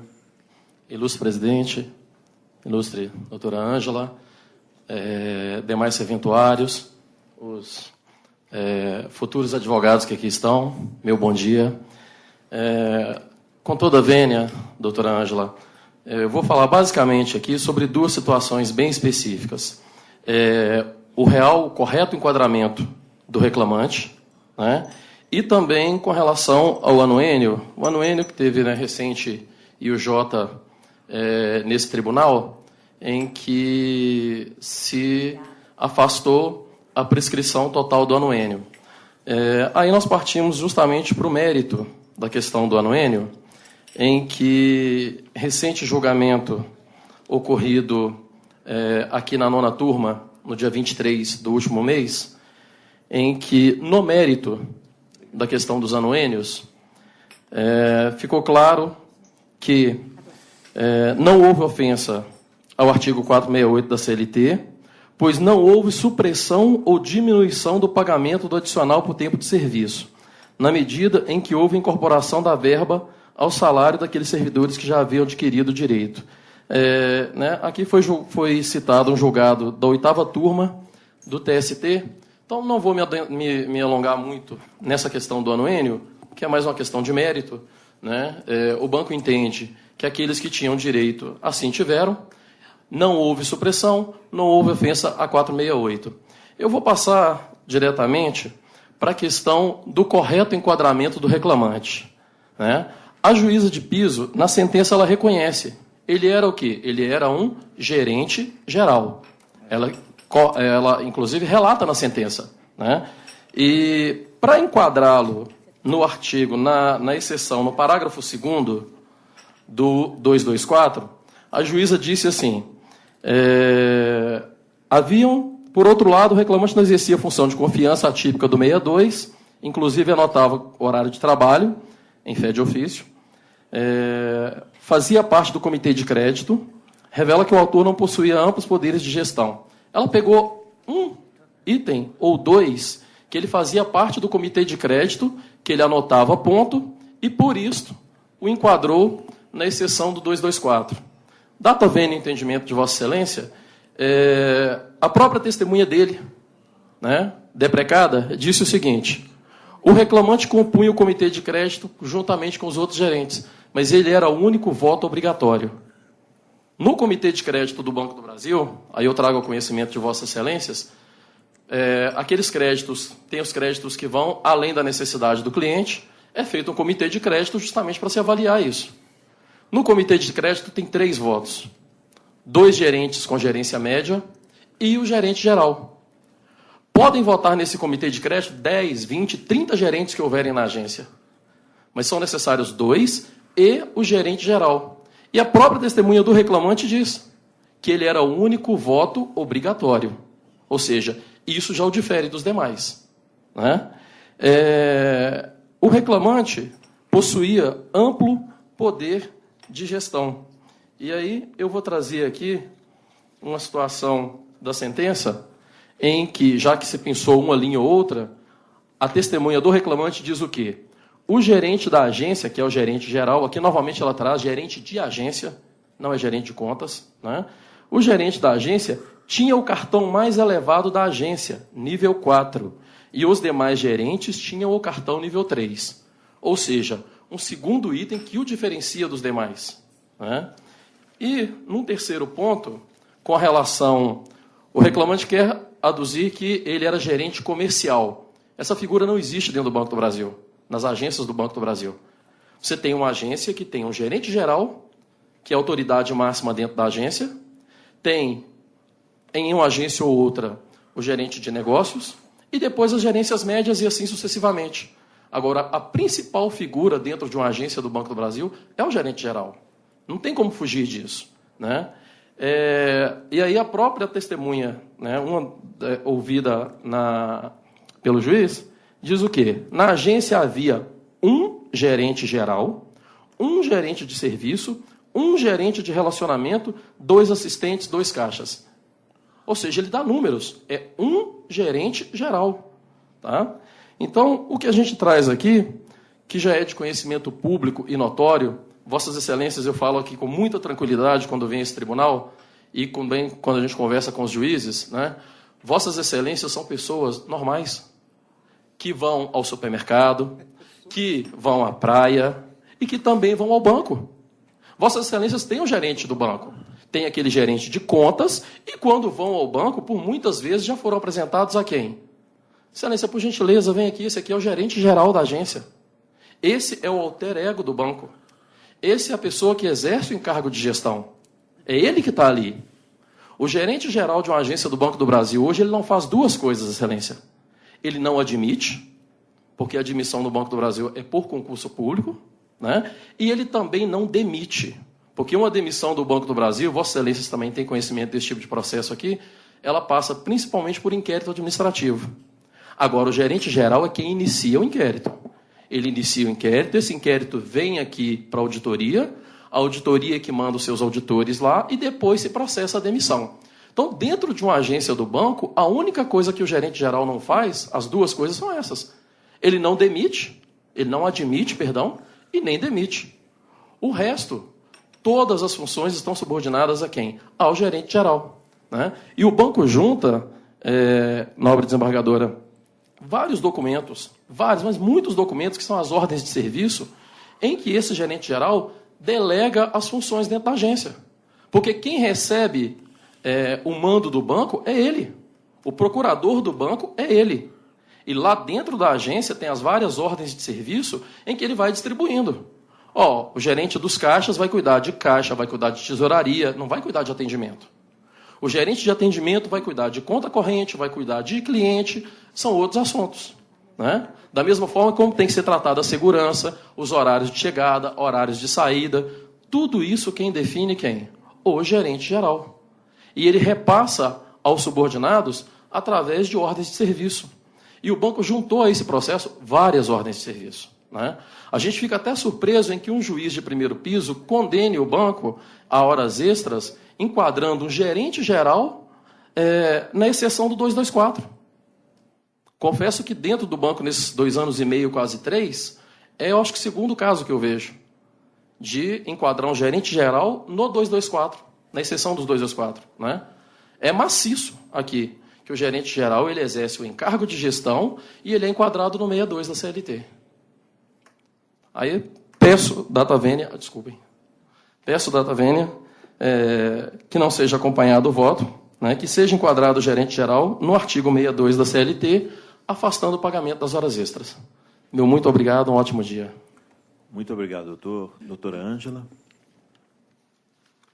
De início, eu parabenizo o procurador pela brilhante sustentação. Obrigado, Excelência. De fato, não há dúvida de que o reclamante, durante todo o período imprescrito, ele foi gerente geral nas agências em Nepomuceno e Perdões.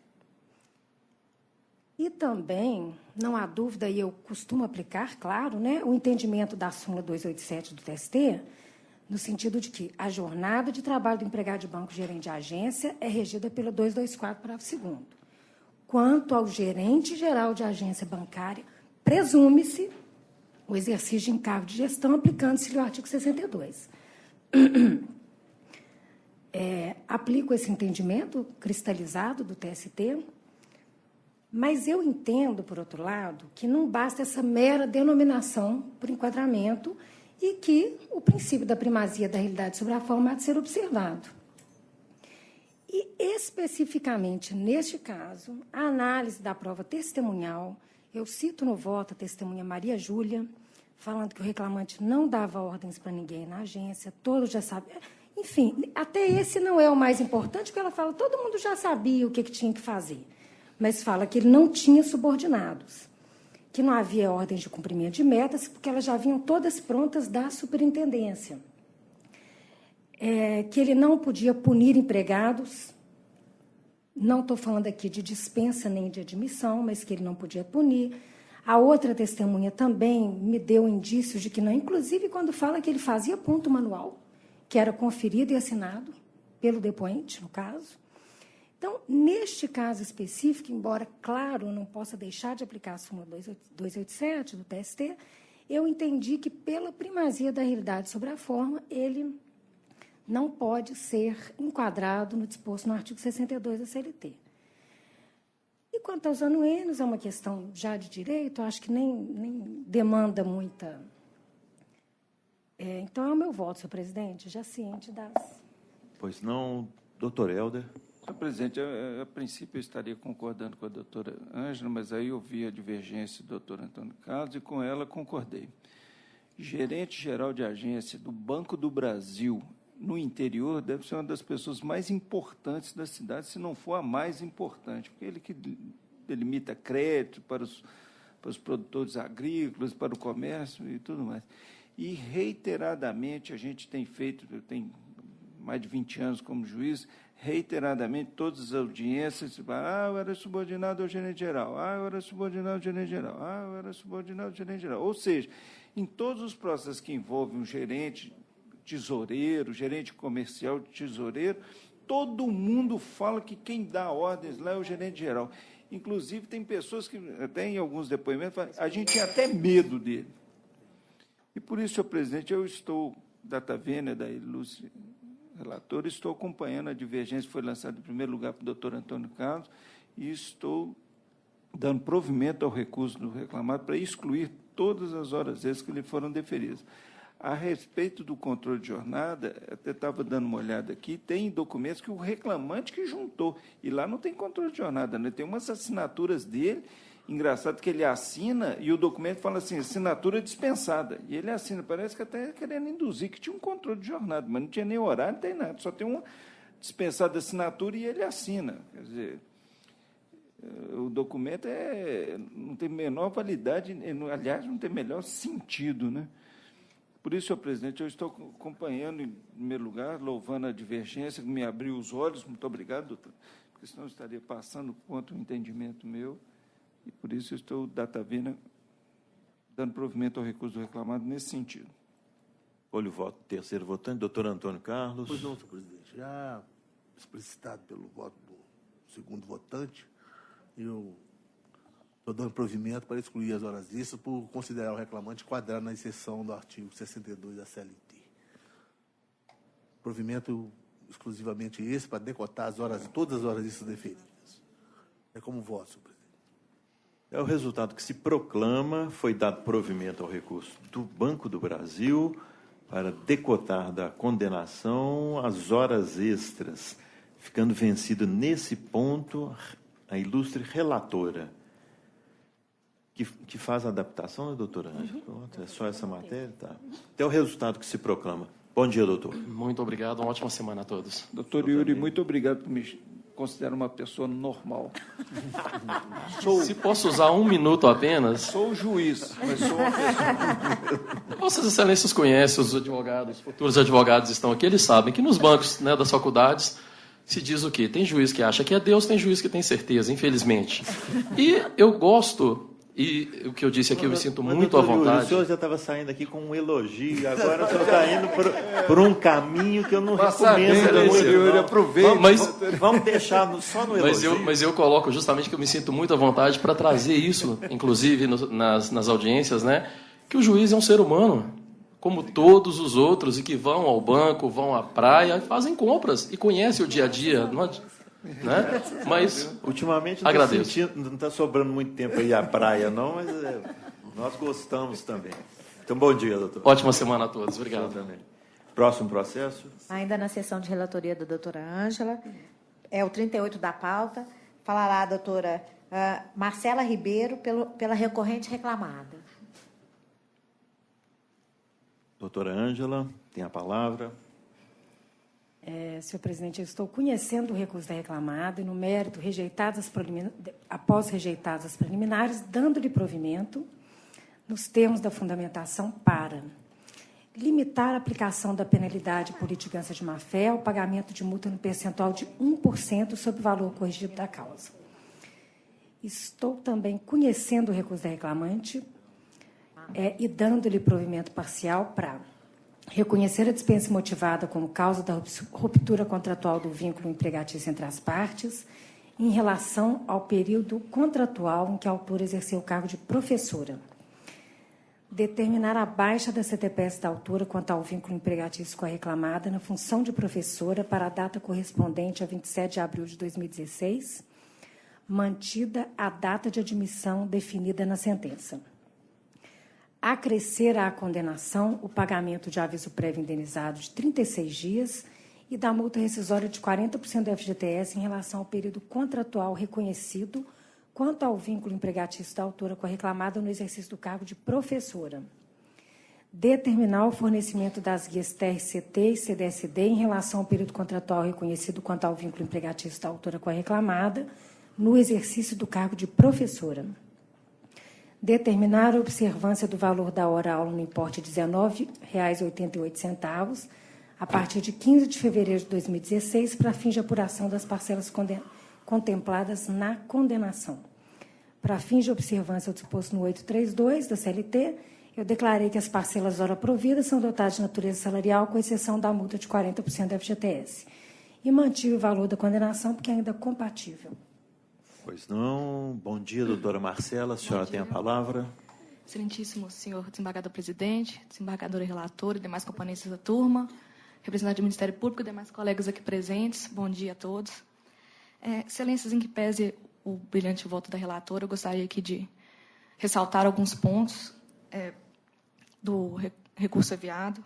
Primeiramente, a questão da inépcia do vice na causa de pedir. Excelências, a questão aqui muito importante, não sei qual foi o conteúdo do voto da relatora, mas a questão é que o pedido não foi determinado no sentido que não foi precisada a carga horária semanal da reclamante. Excelências, a ACCT é muito clara quando ela traz uma fórmula para cálculo do salário e, em nenhum momento, a reclamante trouxe esse dado da carga horária semanal, que pode-se observar em todos os contratos, é completamente variável.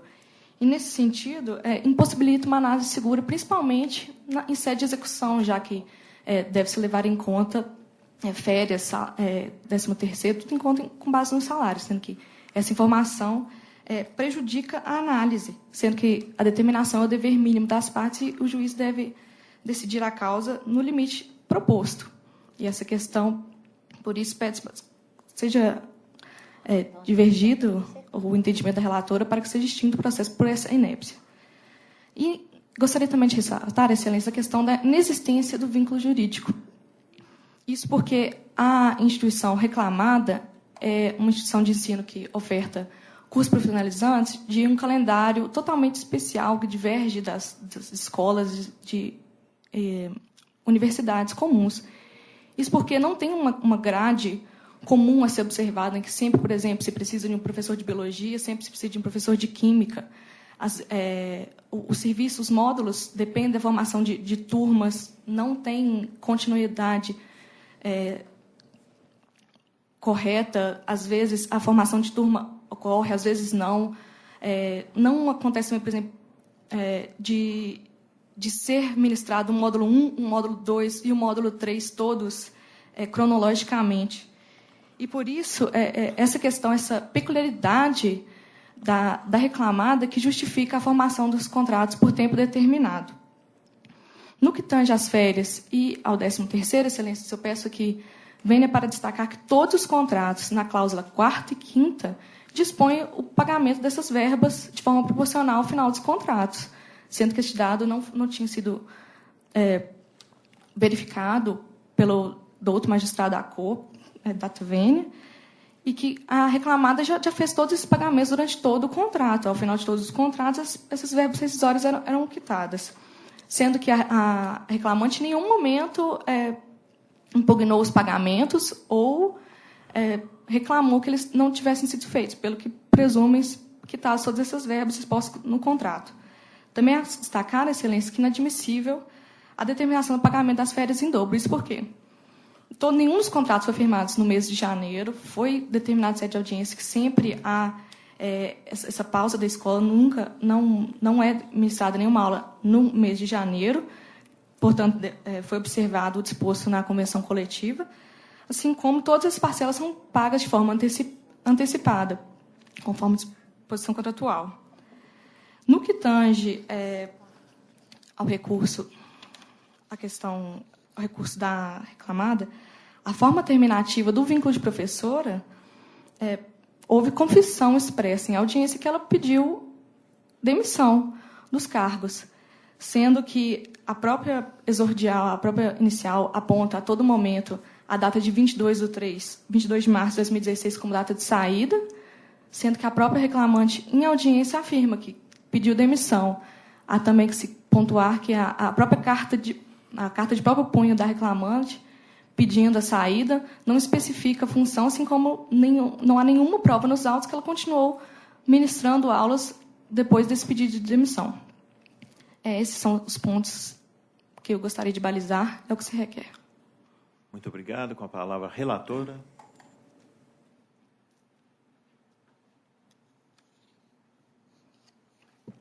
Vou tentar abordar os temas mencionados pela procuradora. Com relação à petição inicial, eu não vislumbrei nenhum defeito ou irregularidade capaz de obstar a compreensão. Inclusive, a reclamada produziu farta defesa, motivo pelo qual eu corroboro do entendimento de origem no sentido de inexistir uma inépcia da petição inicial. O caso dos autos revela a celebração de vários contratos por prazo determinado entre as partes e pelo objeto social da reclamada, eu entendo que não seria correta essa forma de contratação. A atribuição da reclamante é inerente à sua atividade fim e foram praticamente 3 anos, em torno de 3 anos, exercendo esse cargo de professora por meio de sucessivos contratos a prazo.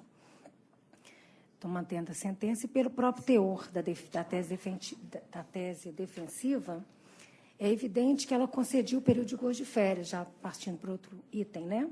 Na condição de professora, na condenação está claro que o que foi pago vai ser deduzido, então não há prejuízo aí para a reclamada.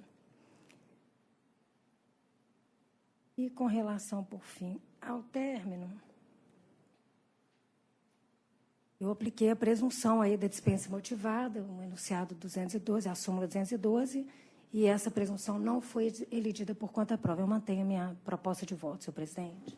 Pois não, doutor Helder? Estou de acordo, senhor presidente. Terceiro votante, doutor Antônio Carlos? De acordo, presidente. Então, é o resultado que se proclama conforme o voto da relatora. Excelente.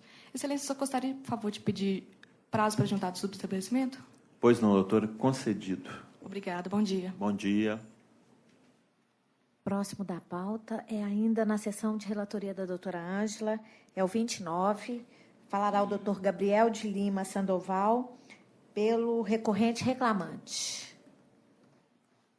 Ilustre relatora. E após, o doutor Bruno Cardoso Pires de Moraes, pelo recorrido Clube Atlético Mineiro. Senhor presidente, eu estou conhecendo do recurso do reclamante, no mérito, dando-lhe parcial provimento nos termos da fundamentação para acrescer a condenação direcionada ao primeiro reclamado, Clube Atlético Mineiro, o pagamento das diferenças do direito de arena em relação às partidas em que o reclamante participou no ano de 2011, pela entidade desportiva em relevo, de modo que seja aplicado o percentual de 20% na forma da antiga redação do artigo 42 da Lei 9.615 de 98. Reconhecer a natureza remuneratória dos valores repassados ao autor a título de direito de arena, referente ao ano de 2011, na condição de atleta do primeiro reclamado, e acrescer a condenação direcionada à referida parte, as repercussões do direito de arena sobre 13º, férias e FGTS. Estou acolhendo a preliminar suscitada pelo autor e não conhecendo o recurso adesivo do terceiro reclamado, que é o Atlético Clube Goianiense por Deserto. Declarei as parcelas de natureza salarial, com exceção das repercussões do direito de arena sobre férias indenizadas e FGTS. Mantido o valor da condenação, pois ainda compatível. Pois não, conceda a palavra ao doutor Gabriel. Bom dia. Bom dia, excelências. O reclamante da tribuna aqui vai sustentar somente quanto a responsabilidade do clube cedente pelas verbas inadimplidas durante o período de empréstimo e o consequente afastamento da prescrição, e sobre a questão do direito de imagem. Quanto à responsabilidade do clube cedente, no caso Atlético Mineiro, a CTPS do reclamante contém a anotação do vínculo laboral que teve início em 15/2 de 2010 até 31/12 de 2013. Inclusive, é a mesma informação da ficha de registro. Então, durante esse período todo, embora tenham ocorrido alguns empréstimos, são 4, na verdade, esses contratos de empréstimo são meramente contratos acessórios ao contrato principal. E nos contratos formados entre o clube cedente, o Atlético, e os clubes cessionários, todos os 4 contratos continham cláusulas expressas que visavam justamente proteger os direitos do reclamante. Nos 4 contratos, cabia ao clube cessionário entregar as informações através de documentos ao clube cedente sobre a regularidade das verbas pagas. Se acaso não entregasse, o clube cedente obrigaria aos clubes cessionários a entrega desses documentos, e se ainda assim não entregasse e houvesse a falta de pagamento, ficava a critério do cedente pagar as verbas trabalhistas devidas e pedir a restituição com acréscimo de 50%. Ou seja, os próprios contratos de empréstimos, eles impõem um dever de fiscalização pelo clube cedente. Isso não pode deixar de ser citado, inclusive porque a não correção das verbas poderia gerar até mesmo a rescisão do contrato principal. Só que essa fiscalização não houve. Inclusive, é depoimento do próprio preposto, de não sabia se podia, se não podia. Então, quanto a isso, por essas razões, o reclamante requer a reforma da sentença para reconhecer que o clube cedente seja responsabilizado por todas as verbas devidas, afastando a prescrição. Quanto à integração do direito de imagem, ainda que a lei determine que o contrato tenha natureza indenizatória, o artigo 45, decreto 7.984 de 2013, afirma que, no caso desse contrato ter o objetivo de desvirtuar ou fraudar as garantias trabalhistas, ele é considerado nulo. E é justamente o caso dos autos, em depoimento do preposto do Atlético Mineiro, do primeiro reclamado, ele afirma que não sabe precisar as atividades de marketing que o reclamante participou, sem saber quando e como sua imagem foi explorada diretamente pelo clube. Além disso, durante as sessões temporárias, o contrato de imagem não foi suspenso. Acabou por o atleta jogar por uma equipe e ter o seu contrato de imagem para ser explorado, que não foi, por uma outra equipe, o que não me parece, pelo menos, crível.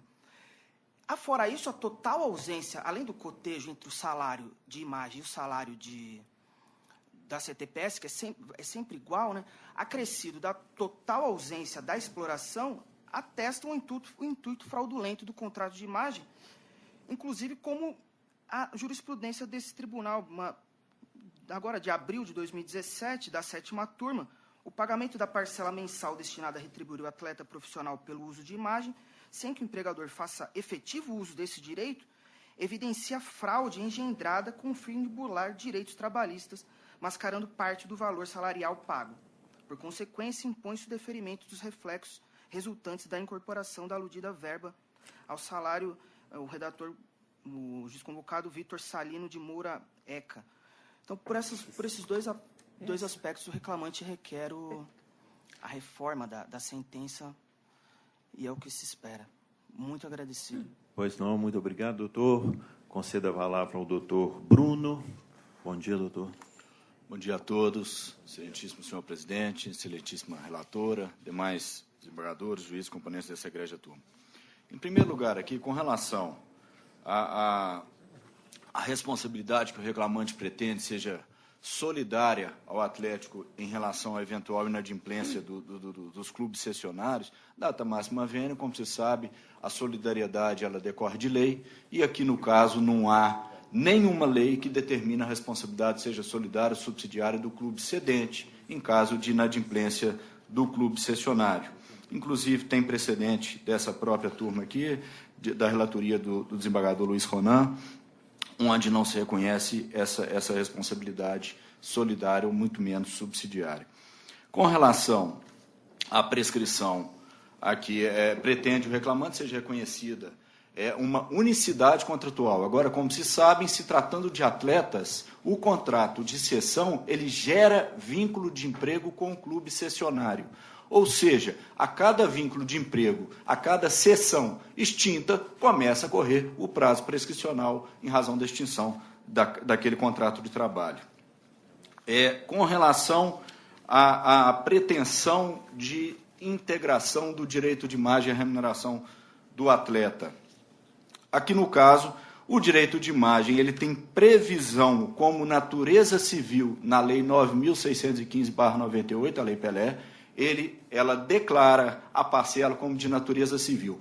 E o próprio colega aqui da tribuna, ele disse que enquanto o atleta esteve cedido a outros clubes, permaneceu o pagamento do direito de imagem. Ora, se permaneceu o pagamento de uma parcela enquanto aquele atleta não era empregado do clube, isso por si só demonstra que não se trata de salário, porque não estava havendo uma contraprestação a essa remuneração.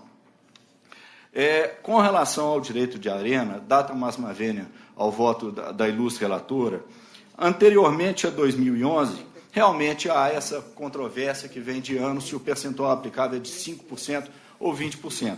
Ocorre que nos autos aí há um acordo judicial firmado pelo Sindicato dos Atletas em 2000, onde se estabeleceu que, a partir daquele momento, o pagamento de direito de arena seria no percentual de 5%, e não de 20%. Consta aqui da cláusula terceira, peço Viana aqui para ler, no que se refere aos procedimentos a serem adotados doravante, de modo que o direito de arena seja exercido e quitado de forma que as partes entendam justo e legal. E a linha A, ao valor do contrato firmado, envolvidas todas as rubricas estabelecidas, será aplicado um percentual de 5% referente ao valor que caberá a todos os atletas envolvidos nos jogos de futebol objeto do contrato. Ou seja, já vinha sendo praticado esse percentual de 5%, tanto é que depois, em razão até da reiterada divergência, da reiterada controvérsia e do reiterado pagamento de 5%, foi alterada a lei em 2011, fixando aí sim expressamente o percentual de 5%. Então, nesses termos, é que eu peço, com a devida vênia ilustre relatora, que seja reformado o seu voto nesse aspecto, negando desprovimento e acompanhando também o voto da ilustre relatora em relação aos demais aspectos. Muito obrigado. Com a palavra a ilustre relatora. Senhor presidente, o atleta celebrou um contrato de trabalho desportivo com o Clube Atlético Mineiro e, ao longo da vigência desse período, ele desempenhou sua atividade atleta profissional para outras agremiações esportivas, com sua expressa anuência. Esses instrumentos de cessão temporária são categóricos ao estabelecer responsabilidade exclusiva das entidades cessionárias, que são o segundo e terceiro reclamados, pelas verbas trabalhistas devidas durante o período de vínculo com o reclamante. E não há, conforme dito na tribuna, na Lei Pelé, a 9.615, uma previsão de uma responsabilidade dessa entidade esportiva cedente. Fato é que esse tipo de contrato favorece as três partes. O clube, inicialmente contratante, ele desonera sua folha. Para o atleta, ele, ao invés de ficar parado, ele está lá tendo visibilidade em outro clube, e o clube para o qual o atleta passa a trabalhar com nessa sessão, ele tem à disposição um atleta que dificilmente teria em outras circunstâncias. E, do ponto de vista legal, não há essa previsão da responsabilidade do clube cedente em relação a esses direitos. Com relação à questão do direito de imagem, o artigo 87A da Lei Pelé prevê um inegável caráter civilista dessa relação havida entre as partes. E temos que verificar, ao analisar o processo, a essência dessa relação jurídica em relevo, independentemente do revestimento formal que lhe é atribuído. E, no caso em exame, eu não vi indício algum de fraude na forma como ocorreu essa contratação. Os valores parcelados não eram fixos e nem discrepantes em relação à remuneração percebida pelo autor. Mantenho meu voto nesse aspecto também, senhor presidente. Pois não, colho o voto dos demais votantes. Doutor Helder. Estou de acordo, senhor presidente. Doutor Antônio Carlos. Sem divergência, senhor presidente. Então, o resultado que se proclama conforme o voto da relatora. Bom dia, doutores. Obrigado, bom dia. Bom dia. Próximo processo. Ainda na sessão de relatoria da doutora Ângela, o 15 da pauta, falará o doutor Sidney Machado Torres pela recorrida. Bom dia, excelências. Senhor presidente, eu estou conhecendo do recurso interposto e, no mérito, dando-lhe parcial provimento apenas para determinar que os honorários periciais que cabem ao reclamante serão pagos na forma da súmula 457. O senhor está falando pela recorrida, né, doutor? Isso mesmo, excelência. Esse voto atende ao senhor? O senhor aguardaria divergência ou já quer apresentar a sua sustentação? Aguardo a divergência, excelência. O voto atende. Eu colho o voto dos demais. Doutor Helder? Estou de acordo, senhor presidente. Doutor Antônio Carlos? De acordo. Então, o resultado que se proclama conforme o voto da relatora. Muito obrigado, excelência. Bom dia. Próximo processo. Agora, na sessão do doutor Antônio Carlos, é o 24 da pauta, falará a doutora Júlia Melo Camargo, pela recorrente.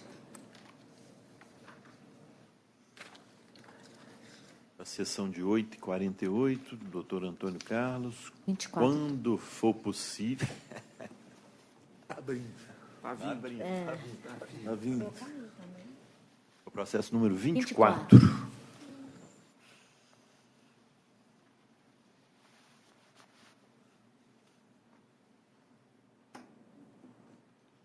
Processo número 11042.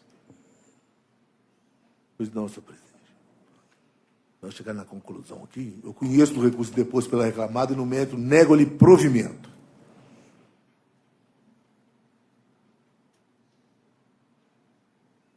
Bom dia, doutora. Pois não, a senhora tem a palavra.